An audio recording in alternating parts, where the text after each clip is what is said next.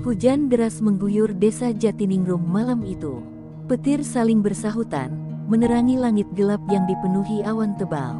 Di bawah bayangan kilat, seorang pria bertubuh kurus dengan wajah penuh keputusasaan menerobos lebatnya hutan larangan.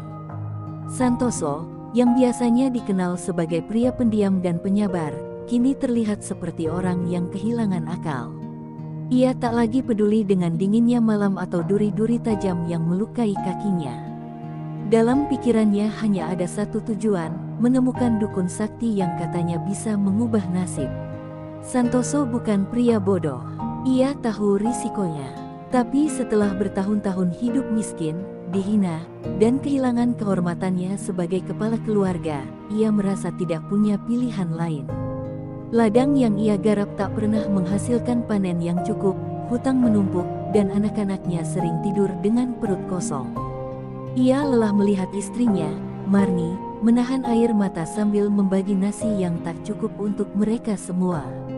Bisikan tentang pesugihan Buto Ijo menjadi satu-satunya harapan, meski ia tahu itu bisa menghancurkannya.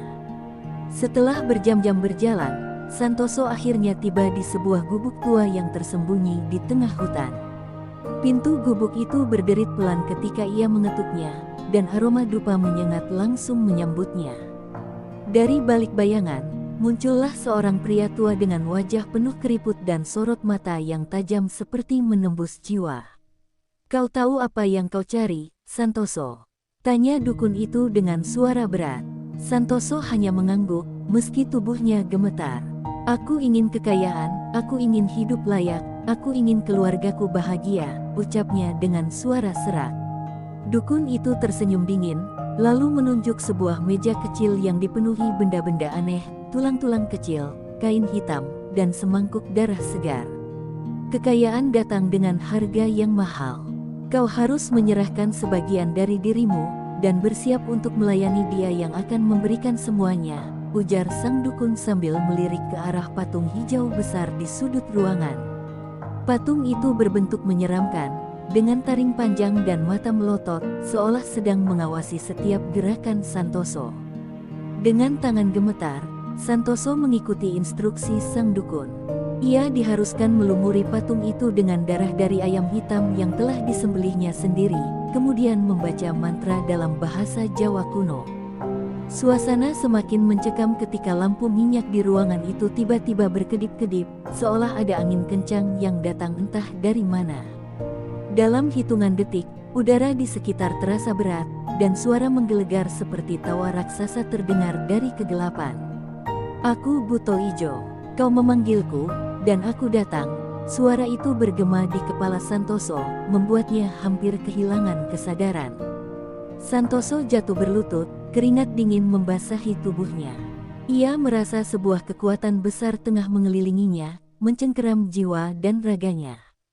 "Aku akan memberimu kekayaan, tapi kau harus menuruti perintahku.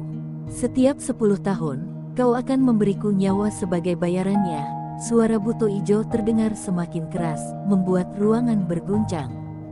Dalam ketakutan yang amat sangat, Santoso mengangguk tanpa berpikir panjang.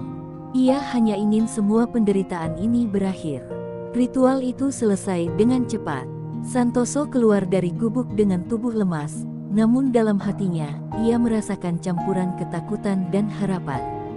Ketika ia tiba di rumah, keajaiban mulai terjadi.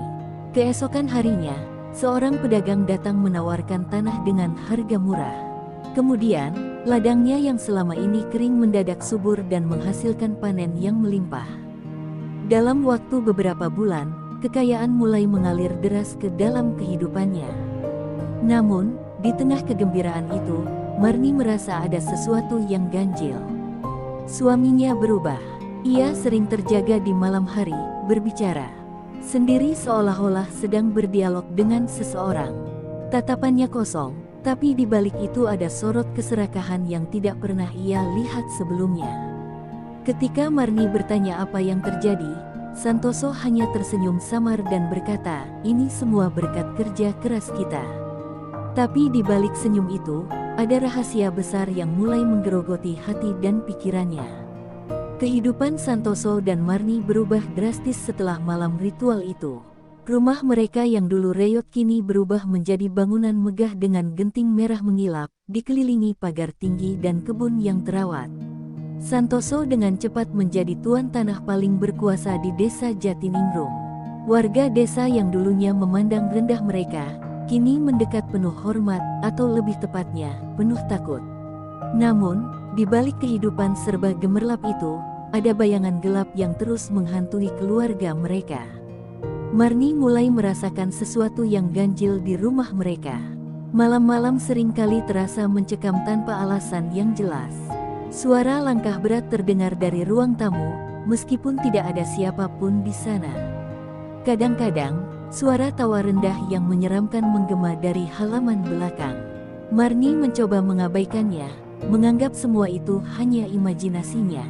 Namun, semakin lama, kejadian-kejadian aneh itu semakin nyata. Suatu malam, Marni terbangun karena mendengar suara pintu berderit. Ketika ia keluar dari kamar, ia menemukan Santoso berdiri kaku di ruang tamu, menghadap ke jendela besar. Tubuhnya gemetar, dan bibirnya berkomat kamit seperti sedang berbicara dengan seseorang. "Mas, kamu kenapa?" tanya Marni dengan suara pelan, mencoba menahan rasa takut. Santoso tidak menjawab, hanya setelah beberapa detik, ia berbalik, menatap istrinya dengan mata merah seperti terbakar. "Kita harus menjaga apa yang kita punya.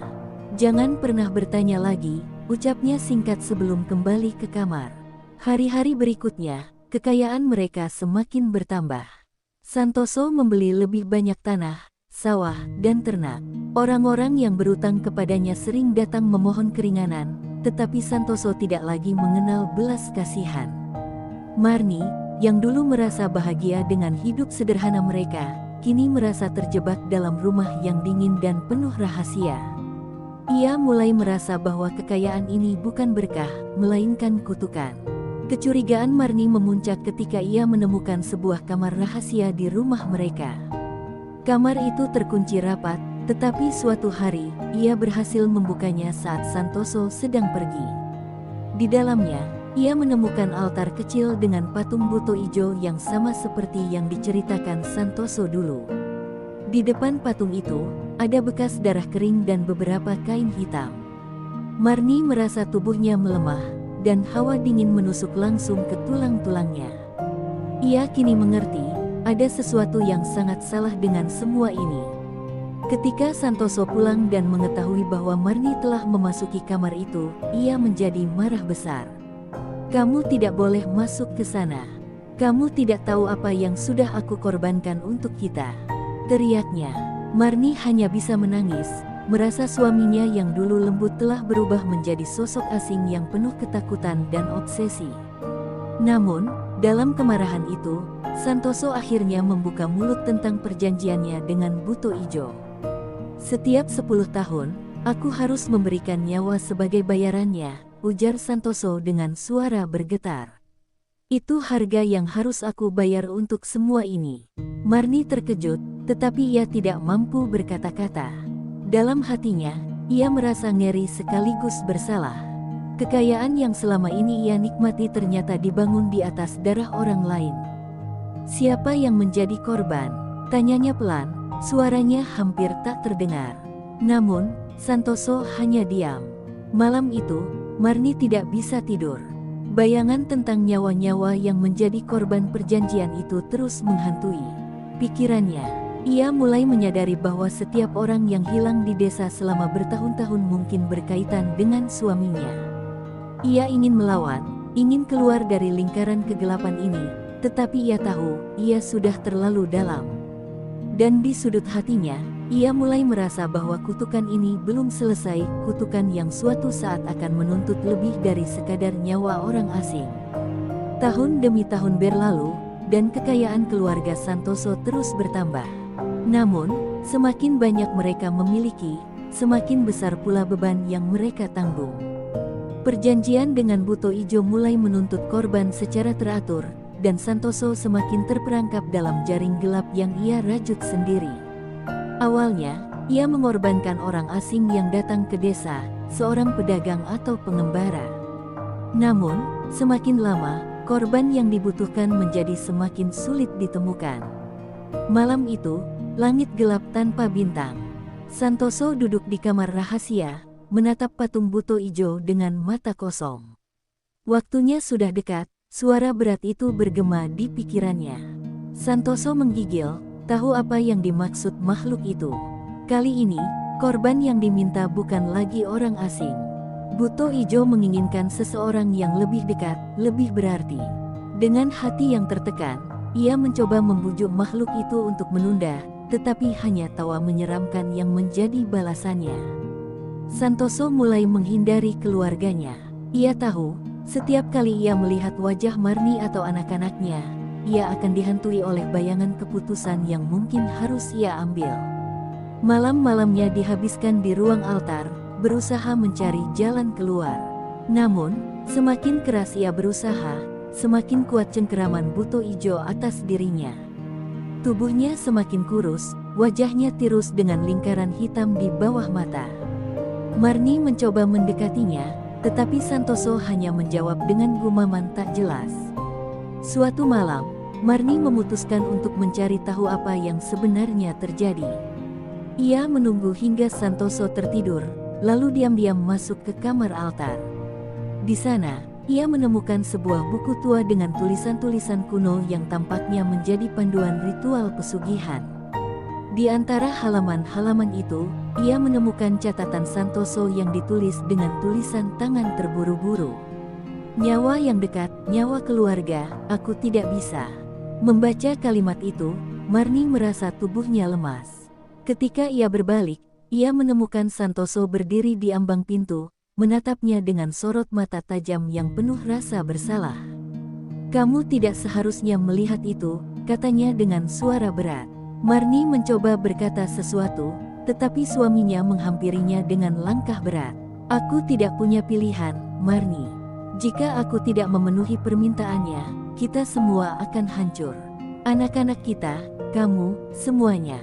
Ia berlutut, memohon pengampunan dari istrinya, tetapi Marni hanya bisa menatapnya dengan campuran marah dan ngeri. Hari-hari berikutnya menjadi penuh ketegangan. Marni menjaga anak-anak mereka dengan lebih protektif, seolah-olah takut Santoso akan melakukan sesuatu yang tak terduga. Sementara itu, Santoso tenggelam dalam keputusaasaannya.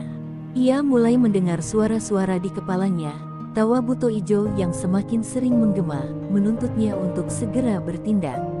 Ketika tenggat waktu semakin dekat, tekanan itu mencapai puncaknya. Pada malam ke-10 menjelang peringatan 20 tahun perjanjian, Santoso akhirnya membuat keputusan. Ia membawa sebuah golok tua dan berjalan menuju kamar anak-anaknya. Namun, saat ia membuka pintu, ia menemukan Marni berdiri di sana, memegang sebilah pisau.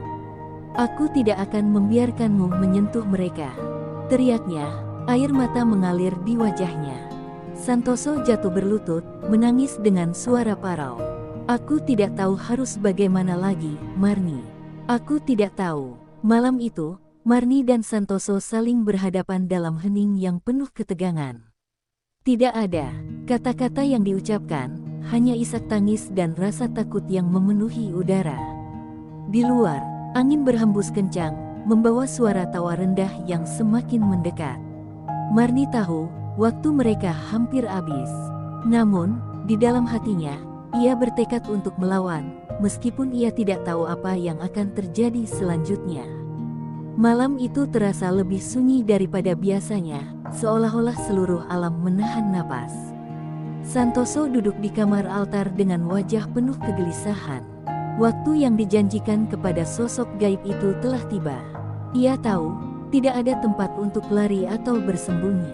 Sesekali ia melirik patung besar di sudut ruangan, yang kini terlihat lebih hidup daripada sebelumnya. Bayangan patung itu seolah bergerak di bawah cahaya redup lampu minyak. Di kamar utama, Marni terjaga. Ia tak bisa memejamkan mata, meski tubuhnya lelah. Firasat buruk menggerayangi pikirannya. Di dekatnya, kedua anak mereka tidur dengan damai, tak menyadari bahaya yang mengintai. Marni memegang tangan anak-anaknya dengan erat, berbisik doa-doa dalam hati. Namun, Jauh di dalam dirinya, ia merasa bahwa doa saja mungkin tak cukup untuk melawan sesuatu yang tak terlihat ini. Tepat tengah malam, terdengar suara berat bergema di rumah mereka. Suara itu seperti langkah kaki yang menghentak lantai kayu, semakin lama semakin mendekat. Marni menahan napas, sementara Santoso terduduk kaku di depan patung. Dari patung itu, terdengar suara pelan namun tegas. "Waktumu habis, Santoso." Suara itu begitu dingin, menusuk jantungnya. Santoso mencoba berbicara, memohon tambahan waktu. "Beri aku waktu lagi, aku akan mengganti semua yang kau inginkan." Namun, suara itu hanya tertawa kecil, lalu berkata, "Janji adalah janji. Kau tahu apa yang harus kau lakukan." Patung itu mulai bersinar samar, mengisi ruangan dengan cahaya kehijauan yang menyeramkan. Santoso tahu bahwa tidak ada lagi jalan keluar. Sementara itu, Marni keluar dari kamar dengan hati-hati, mencoba mencari tahu apa yang sedang terjadi. Ketika ia mendekati kamar altar, ia melihat Santoso berlutut di depan patung itu. Wajah suaminya penuh dengan rasa takut dan penyesalan. Marni memanggilnya dengan pelan, "Mas, apa yang sedang kau lakukan?" Santoso terkejut, tetapi tidak menjawab. Ia hanya menatapnya dengan mata yang penuh air mata. "Mas, katakan padaku apa yang sebenarnya terjadi," desak Marni, suaranya bergetar. Santoso akhirnya menjelaskan semuanya, perjanjiannya dengan kekuatan gaib yang memberinya kekayaan dengan syarat harus memberikan pengorbanan setiap 10 tahun. Marni terpaku mendengar pengakuan itu. Ia merasa marah, sedih, sekaligus takut. Jadi selama ini, semua yang kita miliki berasal dari penderitaan orang lain? Tanyanya, hampir tak percaya. Santoso mencoba memegang tangan Marni, tetapi ia mundur. "Aku tidak punya pilihan, Marni. Aku melakukannya untuk kita, untuk anak-anak kita." Namun, Marni menatapnya dengan tegas. "Tidak ada kekayaan yang sepadan dengan nyawa seseorang, Mas. Ini semua kesalahanmu. Tapi aku tidak akan membiarkan anak-anak kita menjadi bagian dari ini." Ia lalu menarik suaminya keluar dari kamar altar, meninggalkan patung yang kini bergetar dengan cahaya hijau yang semakin redup. Di luar kamar altar, suara langkah kaki yang berat terdengar semakin mendekat. Udara menjadi dingin, dan rumah mereka terasa seperti dihantui oleh sesuatu yang tak kasat mata. Namun, dengan tekad kuat, Marni memeluk Santoso dan anak-anaknya. Ia tahu bahwa kutukan ini belum selesai, tetapi ia berjanji untuk melawan apapun yang datang demi keluarganya. Dalam hati, ia bersumpah bahwa ini adalah malam terakhir mereka hidup dalam ketakutan. Santoso dan Marni menghabiskan malam itu dalam kecemasan yang mendalam. Suara langkah berat yang sempat terdengar lenyap tiba-tiba, meninggalkan rumah dalam keheningan. Mencekam. Namun, Marni tahu bahwa ini bukan akhir. Suaminya, yang selama ini menjadi pelindung keluarga, tampak seperti bayangan dirinya sendiri, tak berdaya, hancur oleh dosa-dosa yang ia ciptakan sendiri. Marni memutuskan untuk mengambil alih, meski ketakutan terus mencengkeram hatinya. Keesokan paginya, Marni membawa Santoso ke seorang tetua desa yang dikenal bijak, Mbah Darmo. Rumah kecil sang tetua penuh dengan aroma dupa dan deretan kitab tua. "Apa yang sebenarnya terjadi, Nak Marni?" tanya Mbah Darmo setelah melihat wajah pucat mereka. Dengan suara gemetar, Marni menceritakan semuanya, perjanjian gelap, kekayaan yang penuh dosa, hingga ancaman yang semakin nyata. Mbah Darmo mendengarkan dengan tenang, wajahnya berubah serius ketika cerita usai. "Ini bukan perkara mudah," kata Mbah Darmo akhirnya. "Makhluk seperti itu tidak akan mundur hanya karena penyesalan. Perjanjiannya adalah ikatan darah yang tidak bisa diputus dengan cara biasa." Marni menggenggam tangan Santoso erat-erat. "Tolong bantu kami, Mbah. Apapun caranya, kami ingin menghentikan ini. Kami tidak peduli kehilangan semua kekayaan ini, asalkan keluarga kami selamat." Mbah Darmo menarik napas panjang, lalu membuka sebuah kitab tua yang penuh dengan tulisan tangan. "Ada satu cara," katanya. "Namun, ini membutuhkan keberanian yang luar biasa. Satu-satunya cara untuk memutus perjanjian adalah dengan menghadapi makhluk itu di tempat ritual pertama kali dilakukan. Kalian harus mengembalikan semua yang telah diambil darinya, kekayaan, kedudukan, bahkan nyawa yang telah dikorbankan. Jika ia menerima, maka ikatan akan terputus. Jika tidak, kalian harus siap menghadapi konsekuensinya. Santoso, yang selama ini hanya diam, akhirnya berbicara. Aku akan melakukannya. Semua ini adalah kesalahanku. Aku yang membawa makhluk itu ke dalam hidup kami, dan aku yang harus mengakhirinya. Marni menatap suaminya dengan mata berkaca-kaca, merasa takut sekaligus lega melihat keberanian yang mulai tumbuh kembali dalam dirinya. Malam itu, keluarga kecil itu kembali ke tempat hutan tua di mana semuanya bermula. Tempat itu kini terasa jauh lebih gelap dan menyeramkan. Di tengah-tengah tanah kosong itu, Santoso menyiapkan barang-barang yang pernah ia gunakan dalam ritual pertama, patung kecil buto ijo, sesajen, dan sebuah kendi yang pernah ia isi dengan darah. Sambil berlutut, ia memanggil nama makhluk itu dengan suara lantang. Angin kencang tiba-tiba berhembus, membawa aroma busuk yang memuakkan. Sosok tinggi besar muncul dari balik kegelapan, mata merah menyala dan tubuh hijau seperti batu. Buto ijo berdiri di hadapan mereka, lebih mengerikan daripada sebelumnya. Santoso, suaranya bergemuruh, "Kenapa kau memanggilku?" Dengan gemetar, Santoso menjelaskan niatnya untuk memutus perjanjian. "Aku ingin mengembalikan semuanya. Aku tidak mau lagi mengambil apa yang bukan milikku. Ambil kekayaanku, ambil semuanya. Aku hanya ingin keluargaku selamat." Suasana menjadi tegang. Buto ijo mendekat, mengangkat tangannya yang besar ke arah Santoso. "Janji adalah janji. Kau berani menantangku," ujar makhluk itu. Namun, sebelum Santoso sempat menjawab, Marni berdiri di depan suaminya, menghadapi makhluk itu dengan keberanian yang mengejutkan. "Kami tidak takut. Jika kau ingin menghukum seseorang, hukum aku. Tapi lepaskan anak-anakku." Udara di tengah hutan tua semakin dingin, menyelimuti tempat itu dengan aura kematian. Marni berdiri dengan gemetar di hadapan buto ijo, sosok raksasa yang menjulang di atasnya.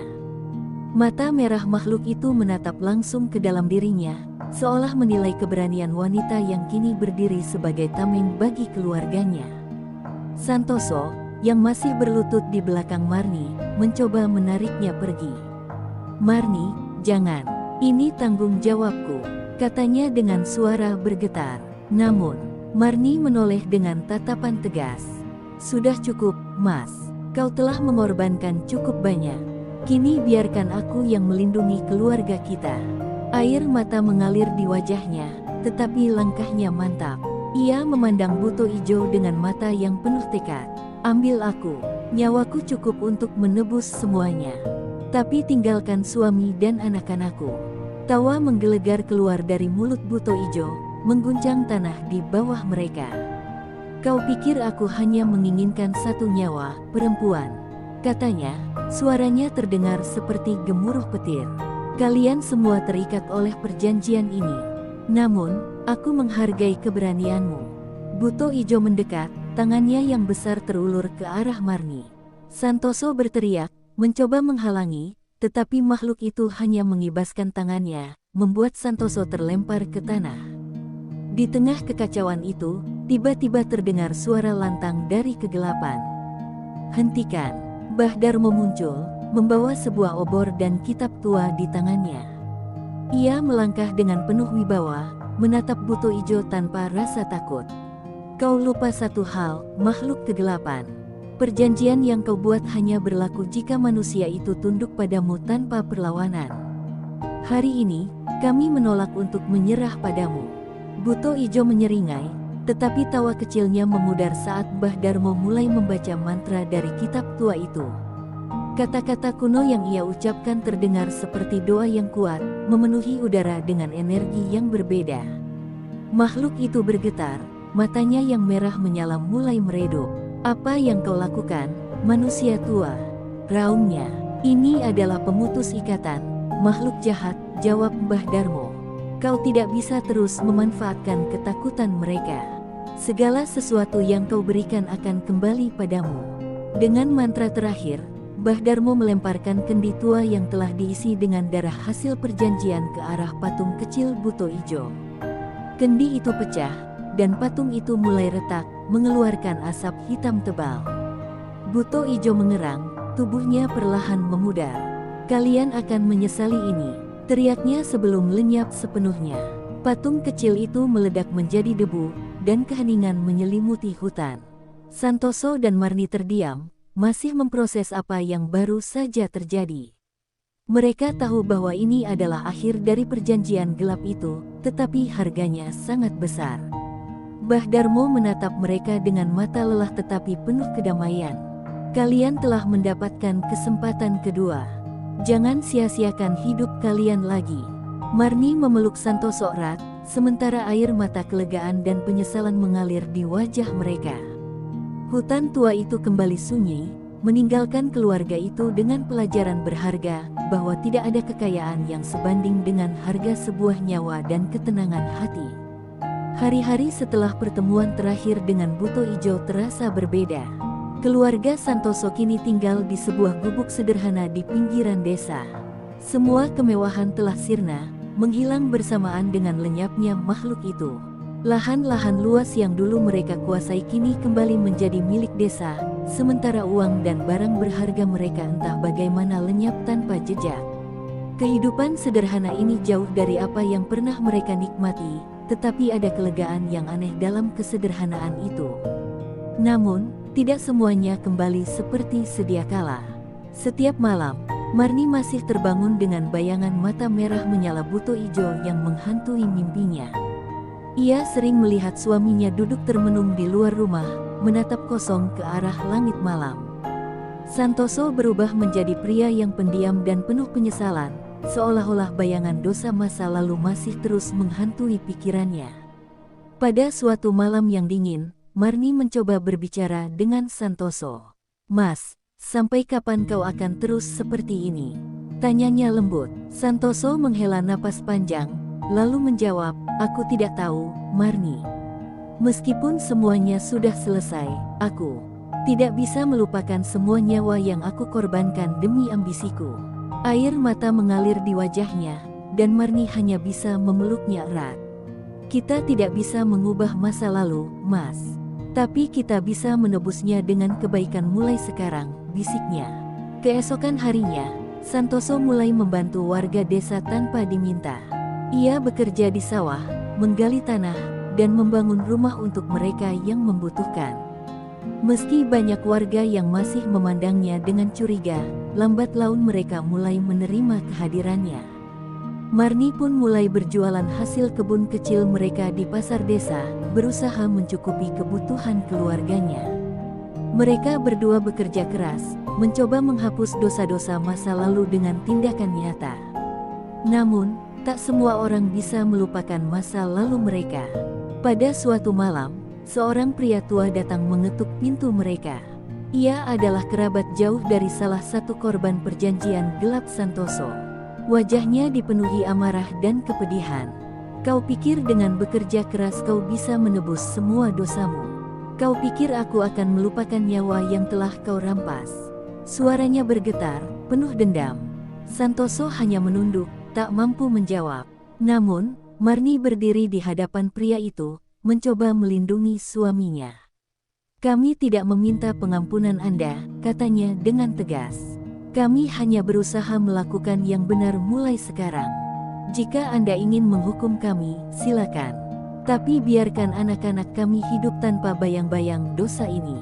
Kata-kata Marni membuat pria itu terdiam sejenak, sebelum akhirnya ia pergi tanpa sepatah kata. Malam itu, Santoso menangis di pangkuan Marni. "Aku tidak tahu apakah aku bisa memperbaiki semuanya," katanya pelan. Marni mengusap rambut suaminya dan berkata, "Yang bisa kita lakukan hanyalah terus mencoba. Tidak ada jaminan orang lain akan memaafkan kita, tapi kita harus memaafkan diri kita sendiri terlebih dahulu." Hari demi hari berlalu, dan perlahan-lahan keluarga mereka mulai menemukan kedamaian dalam kesederhanaan. Santoso dan Marni menyadari bahwa meskipun luka dari masa lalu tidak akan pernah sepenuhnya hilang, mereka memiliki kesempatan untuk memulai kembali. Di tengah penderitaan dan penebusan mereka, satu hal menjadi jelas, cinta dan keberanian untuk berubah adalah kekuatan yang jauh lebih besar daripada ketakutan dan keserakahan yang pernah menguasai mereka. Kehidupan sederhana mereka terus berlanjut. Santoso dan Marni semakin dekat, saling mendukung dalam setiap langkah. Namun, meskipun mereka telah berusaha sekuat tenaga untuk meninggalkan masa lalu, bayang-bayang itu tidak mudah hilang. Suatu pagi, saat Santoso bekerja di ladang, ia melihat sekelompok warga desa berkumpul di tepi jalan. Beberapa wajah yang dikenal, tetapi ada satu yang baru, seorang pria tinggi dengan mata tajam, mengenakan pakaian hitam. Warga desa berbisik-bisik, dan Santoso bisa merasakan ketegangan di udara. Pria itu mendekat dengan langkah tegas, matanya terkunci pada Santoso. "Aku datang untuk menyelesaikan sesuatu yang belum selesai," kata pria itu dengan suara dalam yang menakutkan. Santoso merasa tubuhnya kaku. "Apa yang kamu inginkan?" tanyanya dengan hati yang berdegup kencang. Pria itu tidak menjawab, tetapi menunjukkan sebuah gambar tua, gambar sebuah rumah megah yang dulu dimiliki Santoso. "Aku adalah anak dari salah satu korban yang kau korbankan untuk Buto Ijo. Ini adalah milikku sekarang. Aku datang untuk menuntut balas." Marni yang melihat dari kejauhan segera berlari menghampiri Santoso. "Mas, apa yang terjadi?"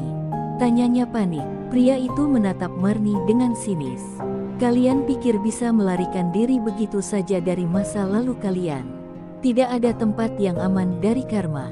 Santoso merasa seolah dunia berhenti berputar. Ia tahu, ini adalah saat yang selama ini ia takuti. Karma dari perjanjiannya dengan Buto Ijo telah kembali, dan kini harus ia bayar dengan harga yang sangat tinggi. Pria itu mulai menceritakan kisah penderitaan keluarganya, orang tuanya yang mati mengenaskan karena perjanjian gelap Santoso. "Mereka adalah korban, sama seperti kalian. Tapi mereka tidak pernah memiliki kesempatan untuk menebusnya. Aku akan membuat kalian merasakan penderitaan yang sama." Santoso terdiam, wajahnya penuh penyesalan. "Aku tidak tahu bagaimana mengubah semuanya, tapi aku siap menerima apapun yang akan terjadi." Marni, yang tidak ingin suaminya menderita lebih jauh, maju ke depan dan berbicara dengan suara tenang namun penuh keberanian. "Kami sudah menebus dosa kami, dan kami tidak akan membiarkan anak-anak kami hidup dalam ketakutan dan dendam seperti yang kau lakukan. Kamu ingin balas dendam? Baiklah, tapi kami tidak akan menyerah begitu saja." Kata-kata Marni mengejutkan pria itu, dan untuk sesaat, ia terdiam. Santoso melihat tatapan penuh kebingungan di mata pria itu. Namun, pria itu akhirnya mengangkat tangannya, seolah memanggil kekuatan gelap yang tak terlihat. Tiba-tiba, angin kencang berputar di sekitar mereka, dan tanah di bawah kaki mereka bergetar. "Jika kalian ingin menebus semuanya, buktikan dengan nyawa," kata pria itu, dan seketika langit di atas mereka berubah menjadi kelam, seperti cermin dari masa lalu yang buruk. Marni menggenggam tangan Santoso, siap untuk menghadapi apapun yang datang. "Jangan biarkan ketakutan menguasai kita," kata Marni dengan tegas. "Kita telah mengubah hidup kita. Kami telah berusaha dan berjuang. Ini adalah ujian terakhir. Apapun yang terjadi, kita tidak akan mundur." Santoso menatapnya dengan mata penuh cinta dan penyesalan yang mendalam. "Jika ini adalah takdir, maka aku siap. Mari kita hadapi bersama." Malam itu, mereka berdua berdiri bersama di tengah desa, dikelilingi oleh bayang-bayang masa lalu yang tak terhindarkan. Mereka tahu bahwa pengorbanan dan penebusan mereka mungkin tidak akan pernah diterima sepenuhnya oleh dunia. Namun, mereka juga tahu satu hal yang pasti, dalam ketulusan dan keberanian untuk berubah, mereka telah menemukan kedamaian yang lebih besar daripada apapun yang pernah mereka miliki sebelumnya. Keputusan yang mereka ambil malam itu akan menentukan nasib mereka, tapi yang lebih penting, itu adalah ujian dari sejauh mana cinta dan tekad bisa mengalahkan kekuatan gelap yang tak terlihat. Hujan deras mengguyur desa Jatiningrum malam itu. Petir saling bersahutan, menerangi langit gelap yang dipenuhi awan tebal. Di bawah bayangan kilat, seorang pria bertubuh kurus dengan wajah penuh keputusasaan menerobos lebatnya hutan larangan. Santoso, yang biasanya dikenal sebagai pria pendiam dan penyabar, kini terlihat seperti orang yang kehilangan akal. Ia tak lagi peduli dengan dinginnya malam atau duri-duri tajam yang melukai kakinya. Dalam pikirannya hanya ada satu tujuan, menemukan dukun sakti yang katanya bisa mengubah nasib. Santoso bukan pria bodoh. Ia tahu risikonya. Tapi setelah bertahun-tahun hidup miskin, dihina, dan kehilangan kehormatannya sebagai kepala keluarga, ia merasa tidak punya pilihan lain. Ladang yang ia garap tak pernah menghasilkan panen yang cukup, hutang menumpuk, dan anak-anaknya sering tidur dengan perut kosong. Ia lelah melihat istrinya, Marni, menahan air mata sambil membagi nasi yang tak cukup untuk mereka semua. Bisikan tentang pesugihan Buto Ijo menjadi satu-satunya harapan, meski ia tahu itu bisa menghancurkannya. Setelah berjam-jam berjalan, Santoso akhirnya tiba di sebuah gubuk tua yang tersembunyi di tengah hutan. Pintu gubuk itu berderit pelan ketika ia mengetuknya, dan aroma dupa menyengat langsung menyambutnya. Dari balik bayangan, muncullah seorang pria tua dengan wajah penuh keriput dan sorot mata yang tajam seperti menembus jiwa. "Kau tahu apa yang kau cari, Santoso?" tanya dukun itu dengan suara berat. Santoso hanya mengangguk, meski tubuhnya gemetar. "Aku ingin kekayaan, aku ingin hidup layak, aku ingin keluargaku bahagia," ucapnya dengan suara serak.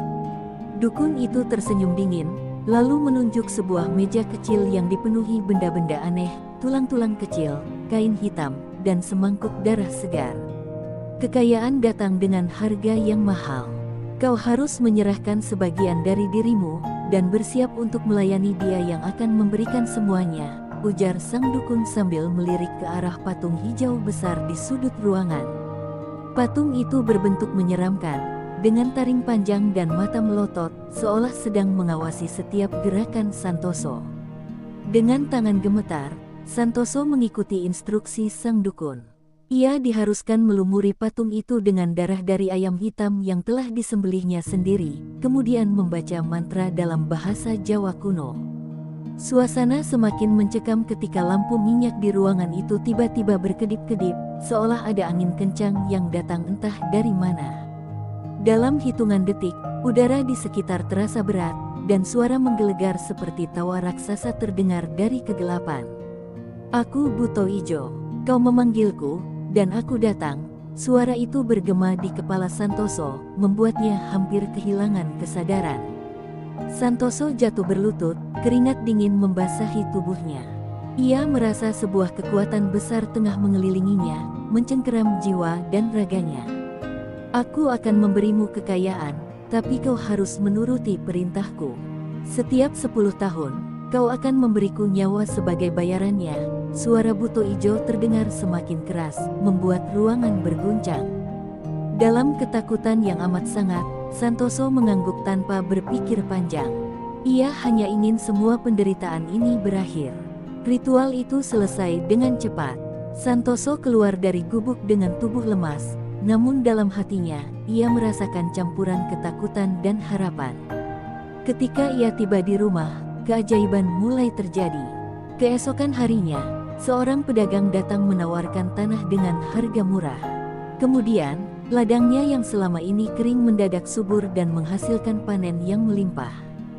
Dalam waktu beberapa bulan, kekayaan mulai mengalir deras ke dalam kehidupannya.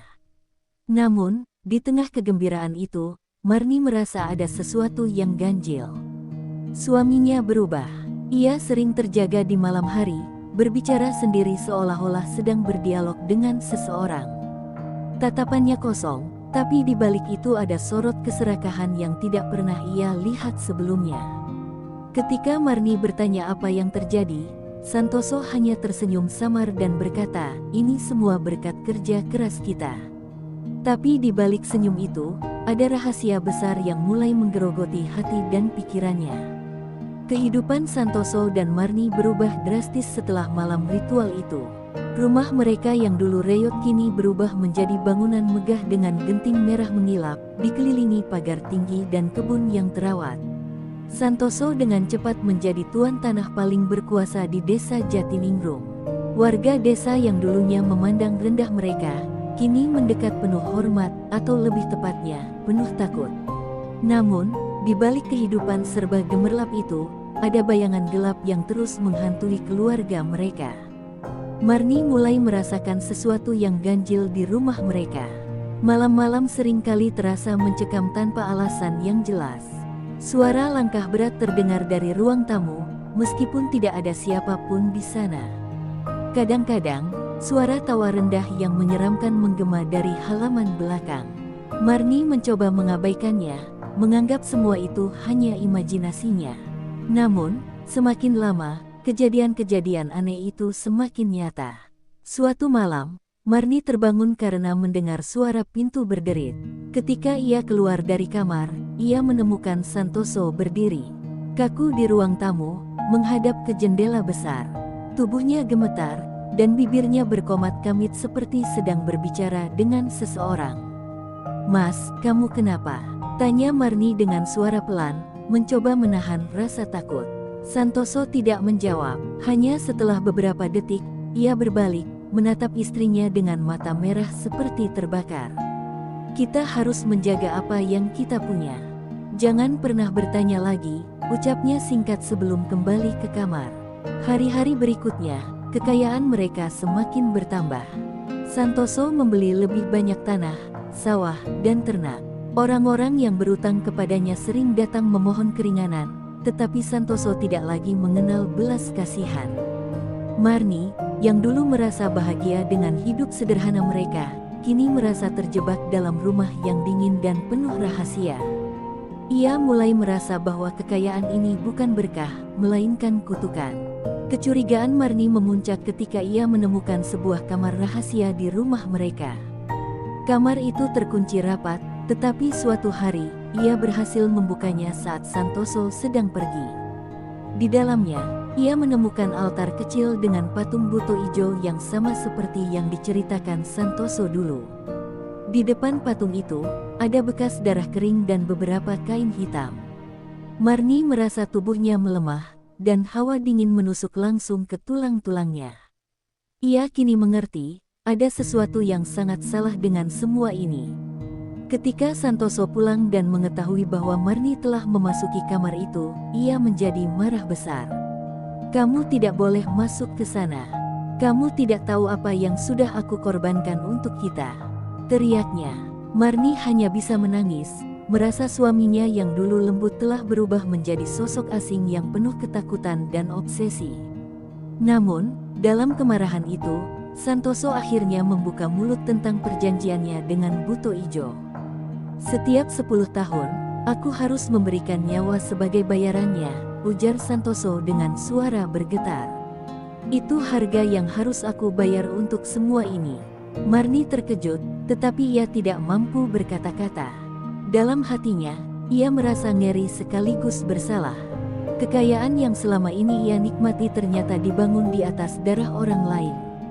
"Siapa yang menjadi korban?" tanyanya pelan, suaranya hampir tak terdengar. Namun, Santoso hanya diam. Malam itu, Marni tidak bisa tidur. Bayangan tentang nyawa-nyawa yang menjadi korban perjanjian itu terus menghantui pikirannya. Ia mulai menyadari bahwa setiap orang yang hilang di desa selama bertahun-tahun mungkin berkaitan dengan suaminya. Ia ingin melawan, ingin keluar dari lingkaran kegelapan ini, tetapi ia tahu, ia sudah terlalu dalam. Dan di sudut hatinya, ia mulai merasa bahwa kutukan ini belum selesai